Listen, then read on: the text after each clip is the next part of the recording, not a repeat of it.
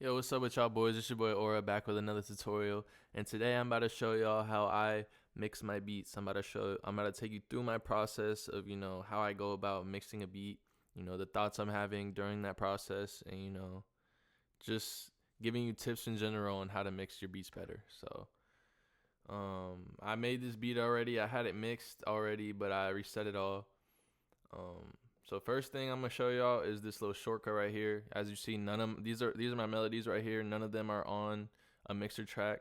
Usually when I'm adding a sound, I would put this to 5 and 6. I would add it to a mixer track so I can mix the beat throughout the process of making it, so that whenever the beat is actually complete, I can already have a rough mix and I don't gotta do too much shit to it at the end. You know what I'm saying? So first thing you want to do, you want to select all these tracks right here. And then you want to go to the mixer. Wherever you want the first mixer to track to start, that's the one you click. I want it to start on 5. So I'm going to do Command-Shift-L. That added everything to this mixer. I mean, you'll see the names change to whatever these are named. But I already did this because I recorded a whole tutorial before this, but the audio is fucked up. But as you see, it's all on a mixer track right now, all right? So I'm gonna show y'all. Let's see. Since this beat is already done, I would go to the busiest spot of the beat. It has every single melody that I used, has every single drum that I used, so I can solo out everything as I loop this part. You know what I'm saying? So we're gonna start with our chords. Our chords. The main melody, the first melody I made. This is where we're gonna start at. So let's listen.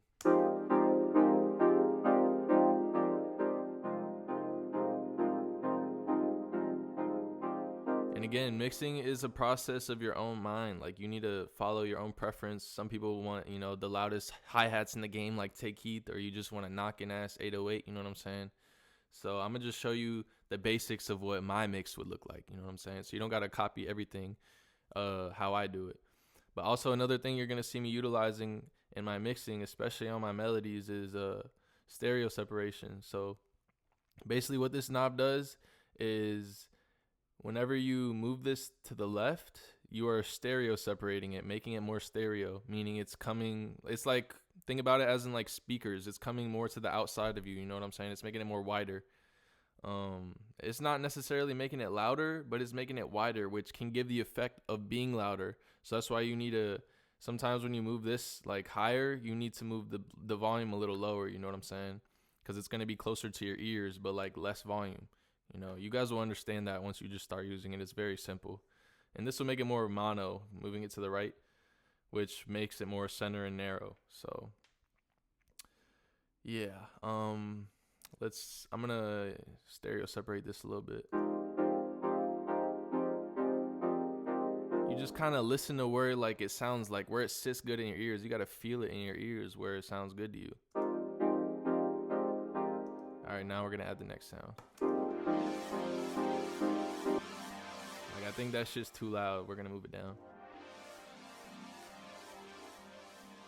I just want this sound to be like more ear candy than to be really standing out like that, because I want my other melodies to have room to shine. And also, you still got to be mindful to leave room for the artist no matter what. They don't want to hop on the super busy ass beats. Those are harder to make sound good because they need to feel the pockets. That's what the artists are looking for. They're looking for pockets, and they feel those subconsciously whenever you leave them space on the beat. And that's what a good producer does. You know what I'm saying?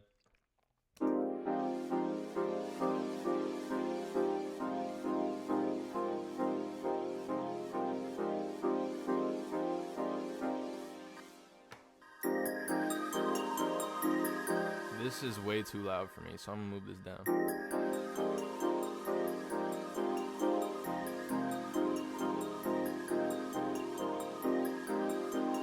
And I want my counter melody right there. I want that to be a little more to the side of my ears so it can stand out a little more than the chord melody. You know what I'm saying?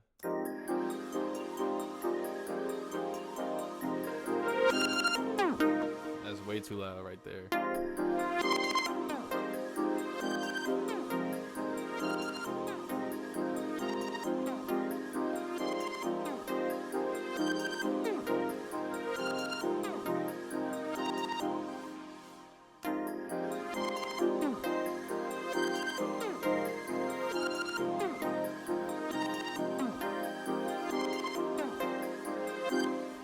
thing I'll do is once I kind of get this is like it's like a newer rough mix.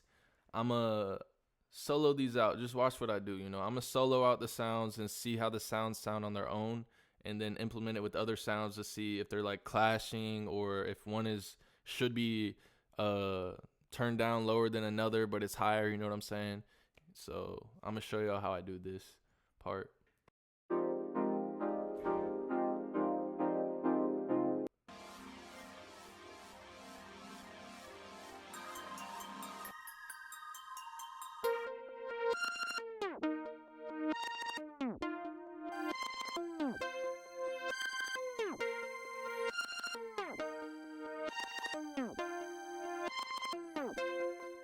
Kind of like reverse engineering, like doing the opposite of what I was doing the first time. You know what I'm saying?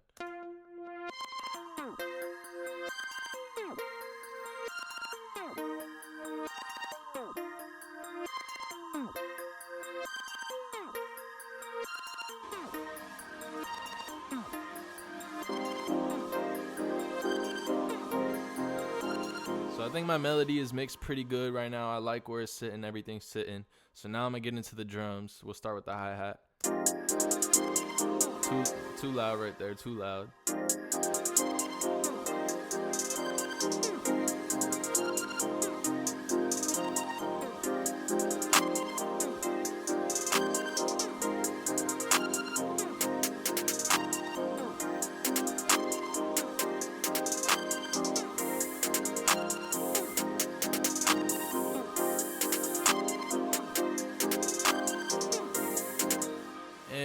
Whenever you guys are mixing beats, you guys don't need to be focused on like the number of where it's hitting on the decibels. You don't need to worry about the number. You guys need to really use your ears, man. Like over time, your ear will become more trained and it'll know what it's doing. Sometimes your 808 has to damn near be clipping for it to hit on a certain beat, especially if it's a busier beat. You know, this isn't a very busy beat. There's a lot of space, you know. So the drums are gonna hit at a relatively low level, you know.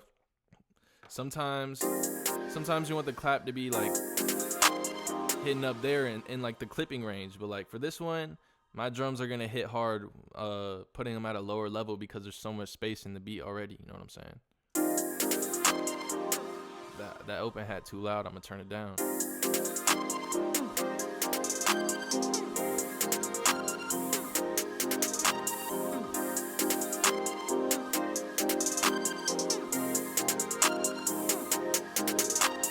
And then last part, 808. So for 808s, usually I'm gonna have them in the 0 to 3 range, you know, just slightly clipping. 99% of my beats, I'm gonna have it in that range because that's where it's really gonna punch through. My master, this is what my master is looking like. We don't need the Edison. My master is just a soft clipper on it, man. Like take off the limiter, soft clipper only.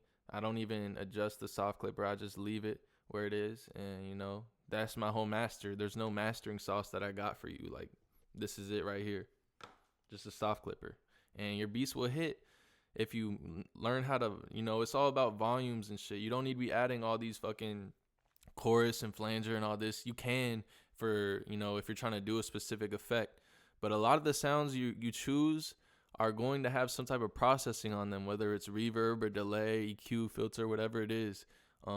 So whatever you're adding onto the sound is like extra. You need to think about it as extra stuff. You don't want to have fucking 10 plugins on one sound. You know, look at, I got an EQ.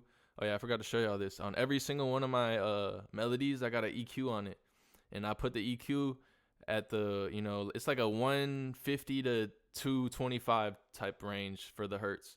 And recently I kind of don't want it as steep. I kind of put it right there. It's not gonna make a big difference, you know. Just make sure you take out some low end of your melodies so your 808 has room for it to hit, because your 808 is very low frequency. So that's what I did on all of my melodies. And besides that, the only other effects I really use is like reverb and delay, and occasionally the other ones like distortion or some shit. But some shit y'all need to experiment with is a shaper box, portal, and gross beat, because those make your melodies sound different. No matter if it's a simple melody or a more complex one, it'll sound like more saucier. Like let me show you. this melody right here. Let's see. That's this one. Without the gross beat, it sounds like this.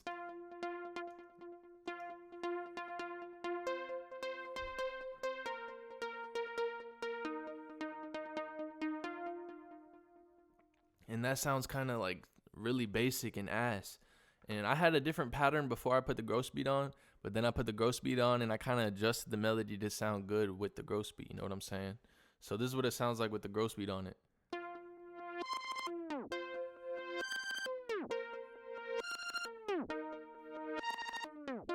You know, way different, way more saucy. You could turn something simple like this into something saucier with gross beat, shaper box, and portal. That's the sauce right there. And then, yeah, for this sound, I use the shaper box just to like reverse it. I'll show you real quick.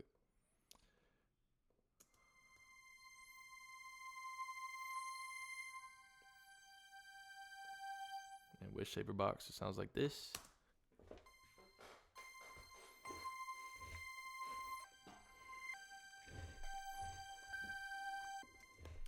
Another mixing tip that I was going to give all y'all is you guys need to find like a reference. The perfect reference for me, and should be y'all too, because 99% of people are listening on what? They're listening on Apple AirPods, man. So you need to, after you make, if you're a beginner, or even if you're not, but just like you want a good reference, go on your Apple AirPods after you make a beat and listen to it at the level on your phone that you would listen to other music, and make sure it's hitting how it's supposed to hit, like the other music you listen to, you know what I'm saying? So once you like get more advanced in mixing in general, you won't need to use the reference as much. Like I don't really gotta use the reference too much. Like after I make the beat and I level it how I like it, usually it sounds good. And if it doesn't, I'll just go right back in and fix it up. You know what I'm saying? When I listen back to it on the AirPods. So yeah, that's what I had to say about that.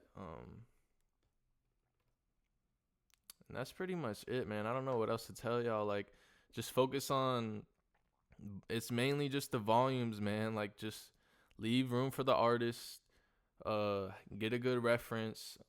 Pick good sound. Sound selection is way more important than you think for mixing.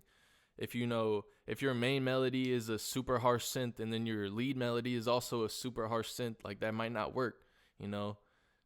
If you choose a super harsh sound to begin with, you might want to choose a softer sound to go complement it, you know. There's other videos explaining sound selection. You guys need to like study sound selection. Like, sound selection is like what creates your sonic aesthetic, you know what I'm saying? So if you can make like similar patterns to the beats that you hear, but if you don't have like similar sound selection, then you're not going to give that same vibe or feeling, you know what I'm saying? Sound selection is going to give you the feeling that you're looking for.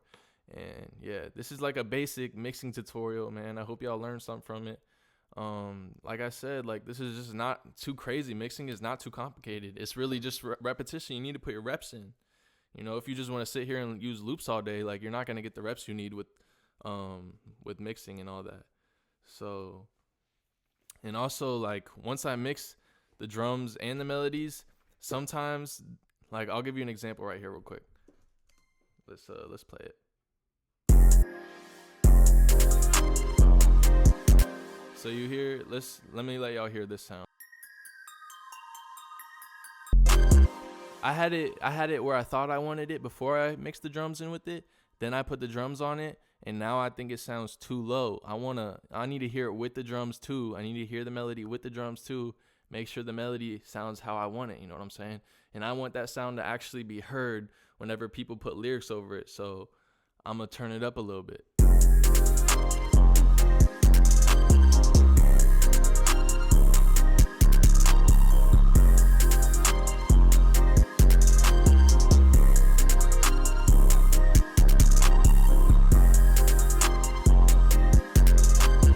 I think this is mixed pretty good to how I want it.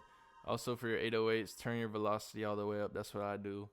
Some other quick little things you could do. Alt-R to randomize. Deselect that. Select the levels. You can mess with this panning. Panning will make the sounds go left and right, and this will like randomize it. I do this with like hi-hats sometimes. Also with the velocities, you can do that as well. And that'll make it a little more bouncy. Here, let me just show y'all like an example of this.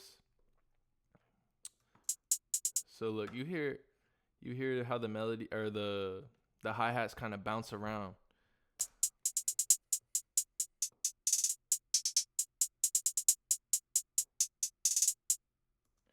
Like without the panning or nothing,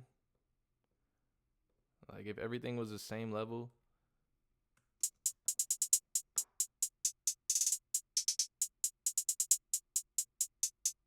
it just doesn't hit different. Like watch, once I add it to it,